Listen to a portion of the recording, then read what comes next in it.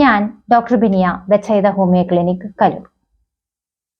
ഇന്ന് നമ്മൾ നോക്കുന്നത് ഭക്ഷണം ഒഴിവാക്കാതെ തന്നെ അമിതഭാരം എങ്ങനെ കുറയ്ക്കാൻ കഴിയും എന്ന വിഷയത്തെ പറ്റിയാണ്. ഒരുപാട് പേർ പറയുന്ന ഒരു കൺഫ്യൂഷനാണ് എങ്ങനെ നമുക്ക് ഭക്ഷണം ഒഴിവാക്കാതെ എല്ലാ നേരം ഭക്ഷണം കഴിച്ചുകൊണ്ട് എങ്ങനെ നമുക്കൊരു ഡയറ്റ് സ്റ്റാർട്ട് ചെയ്യാമെന്നുള്ളത്. ഈ ഭക്ഷണം ഒഴിവാക്കുക അല്ലെങ്കിൽ എന്താ പറയാ, നമുക്കൊരു ഡയറ്റ് എടുക്കുക എന്നുള്ളത് പട്ടിണി കിടക്കുക എന്നുള്ളൊരു കൺസെപ്റ്റായി മാറിയിരിക്കുകയാണ് ഒരുപാട് ആൾക്കാരുടെ ഉള്ളിൽ സംഭവിച്ചേക്കുന്ന ഒരു കാര്യമാണ്. പക്ഷെ അത് വലിയൊരു തെറ്റാണ്. എപ്പോഴാണ് നമുക്ക് വെയിറ്റ് കൂടുന്നത്? വെയിറ്റ് കൂടുന്നത് പല കാരണങ്ങൾ കൊണ്ടാണ്. ഇതിപ്പം കലോറി കൂടുതലുള്ള ഭക്ഷണം കഴിച്ചതുകൊണ്ടാണ്, കൂടുതൽ സമയം ഭക്ഷണം കഴിച്ചതുകൊണ്ടാണ് എന്നൊക്കെയാണ് മനസ്സിലാക്കിയിരിക്കുന്നത്. അതും ശരി തന്നെയാണ്. എങ്കിലും അതല്ലാതെ വേറെ പല കാരണങ്ങൾ കൊണ്ട്, തൈറോയിഡിന്റെ വേരിയേഷൻ കൊണ്ട്, അതേപോലെ സ്ട്രെസ് ഹോർമോൺസ്, അതായത് നമ്മുടെ കോർട്ടിസോൾ നമ്മുടെ ബോഡിയിൽ കൂടിയതുകൊണ്ട്, ഹെറിഡിറ്ററി കാരണം, ഇങ്ങനെ പല കാരണങ്ങൾ കൊണ്ടും നമുക്ക് വെയിറ്റ് കൂടാം. അപ്പോൾ വെയിറ്റ് കുറയ്ക്കാൻ വേണ്ടി ശ്രമിക്കുന്ന സമയത്ത് പട്ടിണി കിടക്കുന്നതല്ല അതിന്റെ വിഷയം എന്നുള്ളത് മനസ്സിലാക്കി തരികയാണ് ആദ്യം ചെയ്യുന്നത്. മാത്രമല്ല, ഇതെങ്ങനെ പട്ടിണി കിടക്കാതെ നമുക്ക് ഇതിൽ നിന്നും എങ്ങനെ രക്ഷപ്പെടാം എന്ന് പറയുന്നതിന്റെ കുറച്ച് ടിപ്പുകളും പറഞ്ഞു തരുന്നുണ്ട്. അപ്പോൾ നിങ്ങൾ അത് തുടർന്ന് കാണുക. അവസാനം വരെ കണ്ടാൽ മാത്രമേ നമുക്ക് അതിന്റെ ടിപ്സ് എന്തൊക്കെയാണെന്ന് മനസ്സിലാക്കാൻ കഴിയുള്ളൂ. ആദ്യം പറയുന്നത് എന്തുകൊണ്ടാണ് പട്ടിണി കിടക്കരുത് എന്ന് പറയുന്നത്. നമ്മൾ ഓരോ പ്രാവശ്യം നമ്മുടെ ഭക്ഷണം സ്കിപ്പ് ചെയ്യുന്ന സമയത്ത് എന്താണ് സംഭവിക്കുന്നത്? പ്രധാനമായിട്ടും നമ്മുടെ ബോഡി മനസ്സിലാക്കുന്നത് ഇപ്പൊ നമുക്ക് ഒന്നും കിട്ടുന്നില്ല, അതുകൊണ്ട് ഇനി നെക്സ്റ്റ് ടൈം നമുക്ക് ഭക്ഷണം കിട്ടുന്ന സമയത്ത് കൂടുതലായിട്ട് കഴിക്കണം എന്നുള്ള ഒരു റിഫ്ലക്സ് നമ്മുടെ ബ്രെയിനിൽ ഉണ്ടാകുന്നു. അപ്പൊ അതുകൊണ്ട് തന്നെ നമ്മൾ നെക്സ്റ്റ് ടൈം കഴിക്കുന്ന സമയത്ത് കൂടുതലായിട്ട് ഭക്ഷണം എടുക്കാനുള്ള ഒരു ടെൻഡൻസി ഉണ്ടാകുന്നു. ഇനി അത് മാത്രമല്ല, അതിന് പുറമെ എന്താ ചെയ്യുന്നത്? നമ്മുടെ ബേസൽ മെറ്റബോളിക് റേറ്റ്, മെറ്റബോളിസം വളരെയധികം കുറയ്ക്കുന്നു. കാരണം കുറച്ചേ ഭക്ഷണമുള്ളൂ, അതുകൊണ്ട് തന്നെ മെറ്റബോളിസം കുറയ്ക്കണം എന്നുള്ള ഒരു ചിന്തയിലാണ് നമ്മുടെ ബോഡി പ്രവർത്തിക്കുന്നത്. അതുകൊണ്ട് തന്നെ ഈ ഒരു ഭക്ഷണം കുറച്ച് മാത്രമേ ഓരോ പ്രാവശ്യവും നമ്മുടെ ബോഡി യൂസ് ചെയ്യത്തുള്ളൂ. ഇതെല്ലാം എന്ത് ചെയ്യുന്നു? ഇതെല്ലാം ഓരോ പ്രാവശ്യം കിട്ടുന്നതും ഫാറ്റ് ആക്കി മാറ്റുന്നു. തുടർന്ന് നമുക്ക് ഈ പട്ടിണി കിടക്കുന്നത് കൊണ്ട് പിന്നീട് നമ്മൾ ഭക്ഷണം കഴിക്കുന്ന സമയത്ത് ഓവർ വെയിറ്റിലേക്ക് പോകാനുള്ള ഒരു സാധ്യത ഉണ്ടാവുകയും ചെയ്യുന്നു. ഇനി എന്താണ് നമ്മൾ പട്ടിണി കിടക്കുമ്പോൾ സംഭവിക്കുന്നത്?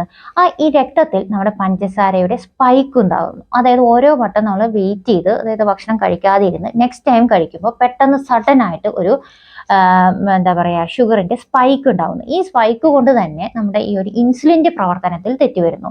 അതേപോലെ തന്നെ നമുക്ക് ക്ഷീണം, ഭയങ്കരമായിട്ടുള്ള ക്ഷീണം, കുറേ നേരം കഴിക്കാതെ ഇരിക്കുമ്പോൾ ക്ഷീണം, ആരോഗ്യക്കുറവ്, അങ്ങനെ ഒരുപാട് പ്രശ്നങ്ങളിലോട്ടാണ് ഈ ഒരു നമ്മുടെ ഭക്ഷണം കട്ട് ഓഫ് ചെയ്യുന്ന സമയത്ത് ഉണ്ടാകുന്നത്. അപ്പൊ എല്ലാവരുടെയും ഒരു ഡൗട്ടാണ്, ഇങ്ങനെയാണെങ്കിൽ എങ്ങനെയാണ് ഇന്റർമീഡിയന്റ് ഫാസ്റ്റിങ്ങിലൂടെ ഒരുപാട് പേർ കുറയ്ക്കുന്നതെന്ന്.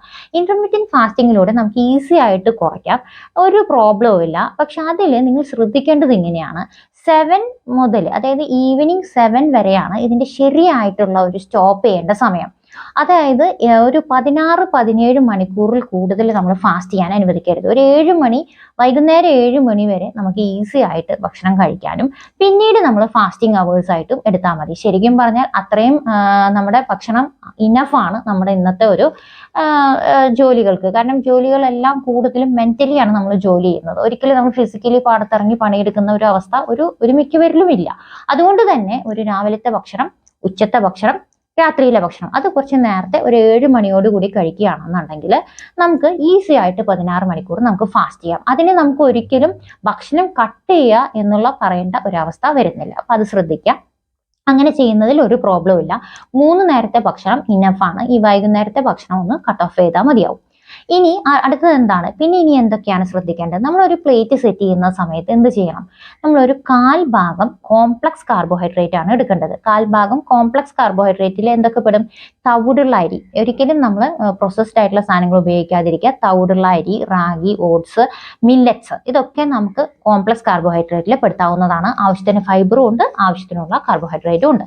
പിന്നെ മറ്റ് ഒരു 1/4 ഭാഗം നമ്മൾ പ്രോട്ടീൻസ് വെച്ച് നിറയ്ക്കണം. അതിൽ പൾസസ്, പയർവർഗ്ഗങ്ങൾ, പാലിന്റെ ഉൽപ്പന്നങ്ങൾ, ഇതൊക്കെ നമുക്ക് നല്ലതാണ്. അത് ഒരു കുഴപ്പമില്ല. പക്ഷെ എന്ത് ചെയ്യണം? പൾസസിൽ തന്നെ നമ്മൾ റെഡ് മീറ്റുകൾ, ഇറച്ചി, മീന്, ഇതെല്ലാം നല്ലതാണ്. പക്ഷെ അതിൽ റെഡ് മീറ്റുകൾ ഒഴിവാക്കുക. അതല്ലാത്ത എല്ലാ രീതിയിലുള്ള പ്രോട്ടീൻസും നമുക്ക് എടുക്കാം. പിന്നെ പാലൊക്കെയാണ് നമ്മൾ കുടിക്കുന്നതെങ്കിൽ അത് സ്കിംഡ് മിൽക്ക് ആക്കിയിട്ട് കുടിക്കാനായിട്ട് ശ്രദ്ധിക്കാം. ഇനി ബാക്കി ഭാഗം നമ്മൾ വെജിറ്റബിൾസും ഫ്രൂട്ട്സും ആണ് നിറയ്ക്കേണ്ടത്. അതിൽ തന്നെ ശ്രദ്ധിക്കേണ്ടത് ഫ്രൂട്ട്സിൽ അധികം ഷുഗറി ആയിട്ടുള്ള ഫ്രൂട്ട്സ്, മാങ്ങ പോലുള്ള ഫ്രൂട്ട്സ്, മാങ്ങ ചക്ക പോലുള്ള ഫ്രൂട്ട്സ് എടുക്കാതിരിക്കുക. ബാക്കി ഏത് ഫ്രൂട്ട്സും നമുക്ക് എടുക്കാം. അപ്പോൾ ഹാഫ് ഭാഗം നമ്മൾ വെജിറ്റബിൾസും ഫ്രൂട്ട്സും നിറച്ചു, പിന്നെ പ്രോട്ടീൻസ് നിറച്ചു, പിന്നെ നമുക്ക് കാർബോഹൈഡ്രേറ്റും ആക്കി. ഇങ്ങനെയാണ് നമ്മൾ പ്ലേറ്റ് സെറ്റ് ചെയ്യേണ്ടത്. പിന്നെ ശ്രദ്ധിക്കേണ്ടത് നമ്മളൊരു ചെറിയ പ്ലേറ്റിൽ എടുക്കാനായിട്ട് ശ്രദ്ധിക്കുക. വലിയ പ്ലേറ്റിൽ എടുക്കുമ്പോൾ നമുക്ക് അധികം കഴിച്ചതുപോലെ ഒരു മൈൻഡ്ഫുൾനെസ് വരാൻ സാധ്യതയില്ല. അതുകൊണ്ട് തന്നെ നമ്മൾ ചെറിയ പ്ലേറ്റിൽ മുഴുവനായിട്ടും ഫുഡ് വെച്ച് സെറ്റ് ചെയ്യാനായിട്ട് ശ്രദ്ധിക്കാം. ഇനി നമ്മൾ കഴിക്കുന്ന സമയത്ത് നമുക്ക് ഒരു മൈൻഡ്ഫുൾ ഈറ്റിംഗ് വരാനായിട്ട് നമുക്ക് എന്തെല്ലാം ചെയ്യാം? പ്രത്യേകിച്ച് നമ്മൾ ചവച്ച് കഴിക്കാനായിട്ട് ശ്രദ്ധിക്കുക. എടുക്കുന്നത് ഓരോ പോർഷൻസും ഒരുപോലെ വരാൻ വേണ്ടി സ്പൂൺ ഉപയോഗിച്ച് കഴിക്കുന്നത് വളരെ നല്ലതാണ്. സ്പൂൺ ഉപയോഗിച്ച് കഴിക്കുമ്പോൾ ചെറിയ പോർഷൻ മാത്രമേ നമ്മുടെ വായിലോട്ട് വരുന്നുള്ളൂ. നമുക്കത് ചവച്ചരച്ച് കഴിക്കുന്ന സമയത്ത് നമുക്കൊരു മൈൻഡ്ഫുൾനെസ്, അതായത് ഞാൻ ഭക്ഷണം കഴിച്ചു, ഞാൻ ഫുള്ളാണ് എന്ന തോന്നൽ വരാനായിട്ട് ഈസി ആയിട്ട് സാധിക്കും. അത് മാത്രമല്ല, ഒരു 20 മിനിറ്റ് നേരം കഴിഞ്ഞാൽ മാത്രമേ നമ്മൾ ഫുള്ളായോ ഇല്ലയോ എന്നുള്ളൊരു ഫീലിംഗ് നമുക്ക് വരത്തുള്ളൂ. അതുകൊണ്ട് വളരെ സ്ലോ ആയിട്ട് ഈ രാവിലത്തെയും ഉച്ചത്തെയും വൈകുന്നേരം എന്ന് പറഞ്ഞാൽ ഈവനിങ്ങിലത്തെയും ഭക്ഷണം ഒരു 20 to 25 മിനിറ്റ്സ് എടുത്തിട്ട് കഴിക്കാനായിട്ട് ശ്രദ്ധിക്കുക. പിന്നെ ശ്രദ്ധിക്കേണ്ടത് എന്താണ്? ഒരു 20 മിനിറ്റ്സ് ബിഫോർ വെള്ളം കുടിക്കുക, 20 മിനിറ്റ്സ് ആഫ്റ്ററും വെള്ളം കുടിക്കുക. ഒരുമിച്ച് വെള്ളം കുടിക്കാതിരിക്കുക. ഒരു 20-25 മിനിറ്റ് മുൻപും കഴിഞ്ഞും മാത്രമേ വെള്ളം കുടിക്കാവുള്ളൂ. ഇൻ ബിറ്റ്വീനിൽ ഭക്ഷണം കഴിക്കുന്ന സമയത്ത് വെള്ളം കുടിക്കരുത്. അത് നമ്മുടെ ഡൈജഷനെ സ്ലോ ആക്കാനായിട്ടേ സാധിക്കുകയുള്ളൂ. അപ്പോൾ അത് വളരെ മെറ്റബോളിസം കുറയ്ക്കാനായിട്ട് ഒരു ടെൻഡൻസി ഉണ്ടാകുന്നുണ്ട്. ഇനി എന്താണ്? ഈ കാര്യങ്ങളെല്ലാം വളരെ നോട്ട് ചെയ്ത് ചെയ്യേണ്ട കാര്യങ്ങളാണ്. ഇതൊരു ജേണിയാണ്. ഒരിക്കലും നമ്മൾ തന്നെ ഒരു ബുദ്ധിമുട്ടിൽ ആഴ്ത്തുന്ന ഒരു കാര്യമല്ല നമ്മുടെ ഡയറ്റ് എന്നുള്ളത്. ഇതൊരു ജേണിയാണ്. ഇതിൽ കറക്റ്റ് ആയിട്ടുള്ള വേയിലൂടെ പോകണം. കറക്റ്റ് ബുദ്ധിപരമായിട്ട് നമ്മൾ ഭക്ഷണങ്ങൾ സെലക്ട് ചെയ്യുക. ബുദ്ധിപരമായിട്ട് നമ്മൾ ടൈമിങ്സ് സെലക്ട് ചെയ്യുക. അതാണ് ഞാൻ ആദ്യം പറഞ്ഞത്. ഒരു 7 മുതൽ 8 വരെയുള്ള സമയത്ത് ബ്രേക്ക്ഫാസ്റ്റ്, 1 മുതൽ 2 വരെയുള്ള സമയത്ത് നൂണിന്റെ അതായത് ഉച്ചഭക്ഷണം, പിന്നെ വൈകുന്നേരം ഒരു 6 to 7 ഉള്ളിൽ നമ്മുടെ ഈവനിങ് ഭക്ഷണം. ഇതാണ് നമ്മുടെ രീതി. ഇതിൽ ഷുഗറി ആയിട്ടുള്ള സാധനങ്ങൾ, ഫ്രൂട്ട്സ് അല്ലാത്ത എല്ലാതും ഒഴിവാക്കുക. ബേക്കറി സാധനങ്ങൾ, ഓയിലി ഫ്രൈഡ് സാധനങ്ങളൊക്കെ ഒഴിവാക്കാനായിട്ട് ശ്രദ്ധിക്കാം. ചായ കുടിക്കുന്നവരാണെങ്കിൽ ഇടയ്ക്ക് നമുക്ക് ചായ കുടിക്കാം, പഞ്ചസാര ഇല്ലാതെ കഴിക്കാം. അല്ലെങ്കിൽ ഹെർബൽ ടീ, നാരങ്ങ വെള്ളം, ഇങ്ങനെയൊക്കെയുള്ള കാര്യങ്ങൾ മധുരം ഇല്ലാത്തത് നമുക്ക് യൂസ് ചെയ്യാം. ഏത് ടീ വേണമെങ്കിൽ ഉപയോഗിക്കാം, പക്ഷെ മധുരം ഇടാതെ ഉപയോഗിക്കാം. Maximum green tea, herbal tea ഒക്കെ ഉപയോഗിക്കാനായിട്ട് ശ്രദ്ധിക്കുക. ഇടയ്ക്ക് ആവശ്യമുണ്ടെങ്കിൽ നിങ്ങൾക്ക് പാൽ ചായ കുടിക്കാം, പക്ഷെ എങ്കിലും മധുരം ഇല്ലാതെ വേണം കുടിക്കാനായിട്ട്. ഇത് ശ്രദ്ധിക്കുക. ഇനി എന്താണ് വേണ്ടത്? ഇനി നമുക്ക് വെള്ളം കുടിക്കുന്ന ഓരോ പോയിന്റ് ഓൾറെഡി പറഞ്ഞു. അത് കൂടാതെ തന്നെ വെള്ളം നമുക്കൊരു 2 ലിറ്റർ മുതൽ 3 ലിറ്റർ വരെ കുടിക്കാം ഒരു ദിവസത്തിൽ. ബാക്കി എല്ലാ സമയത്തും വെള്ളം കുടിക്കാനായിട്ട് ശ്രദ്ധിക്കുക. ഭക്ഷണത്തിന്റെ ആ ഒരു ഗ്യാപ്പിൽ ഒരു 1 hour ഗ്യാപ്പ് കൊടുത്തിട്ട് മാത്രം ഭക്ഷണത്തിന്റെ ഇടയിൽ ഞാൻ ആദ്യം പറഞ്ഞതുപോലെ ശ്രദ്ധിക്കുക. അല്ലാത്ത സമയത്ത് നല്ലോണം വെള്ളം കുടിക്കാം. രാത്രിയിൽ ഒരു 8 കഴിഞ്ഞിട്ട് നമ്മൾ വെള്ളം അധികം കുടിക്കേണ്ട. അത് നമ്മുടെ ഉറക്കത്തെ ഡിസ്റ്റർബ് ചെയ്യാനുള്ള ഒരു സാധ്യതയുണ്ട്. കാരണം കറക്റ്റ് ആയിട്ട് ഒരു 7 to 8 hours ഉറക്കം കിട്ടുന്നുണ്ടെന്ന് നല്ലപോലെ ഉറപ്പുവരുത്തണം. കാരണം നമ്മൾ ഓൾറെഡി ഡയറ്റ് എടുക്കുന്ന സമയത്ത് മധുരമുള്ള സാധനങ്ങളൊന്നും കഴിക്കുന്നില്ല. അപ്പോൾ കുറച്ച് കാലത്തിന് അതിൻ്റെതായ ഒരു അസ്വസ്ഥത നമുക്ക് ഉണ്ടാവും. അതുകൊണ്ട് തന്നെ ഉറക്കം ശരിയായിട്ട് കിട്ടുന്നുണ്ടെന്ന് നോക്കുക. പിന്നെ ഉള്ളത് നമുക്ക് എക്സർസൈസ് ആണ്. എക്സർസൈസ് ഭയങ്കര ശക്തിയായിട്ടുള്ള എക്സർസൈസുകൾ തുടങ്ങണം എന്നില്ല. ഒരു 30 മിനിറ്റ്സ് നടത്താൻ ചെയ്യുക. അല്ലാന്നുണ്ടെങ്കിൽ ഒരു 1 hour അല്ലെങ്കിൽ 45 മിനിറ്റ്സ് യോഗ ചെയ്യാനായിട്ട് ദിവസവും സമയം കണ്ടെത്തുക. അത് കോൺസ്റ്റന്റ് ആയിട്ട് ചെയ്യുന്നുണ്ട് എന്ന് ഉറപ്പുവരുത്തുക. ഒരിക്കലും ഇടയ്ക്ക് വെച്ച് ബ്ലോക്ക് വരരുത്. സൺഡേ ആണല്ലോ അല്ലെങ്കിൽ സാറ്റർഡേ ആണല്ലോ എന്നൊന്നും പറഞ്ഞ് നമ്മൾ ബ്ലോക്ക് ചെയ്യാതെ കണ്ടിന്യൂസ് ആയിട്ട് നടക്കാനായിട്ട് ശ്രദ്ധിക്കുക. ഇനി ഒരു പോയിന്റും കൂടിയുണ്ട്. അതായത് നമ്മൾ ഒരിക്കലും നാളെ തന്നെ വെയിറ്റ് കുറയണമെന്ന് വിചാരിക്കരുത്. ഒരാഴ്ച, ഒരു മാസം വിചാരിക്കരുത്. ഒരു കൊല്ലത്തിന് വേണ്ടിയിട്ട് നമ്മളൊരു ഇൻപുട്ട് ഇടുവാണ്. ഇതൊരു ജേണിയാണ്, ഇതൊരു യാത്രയാണ്.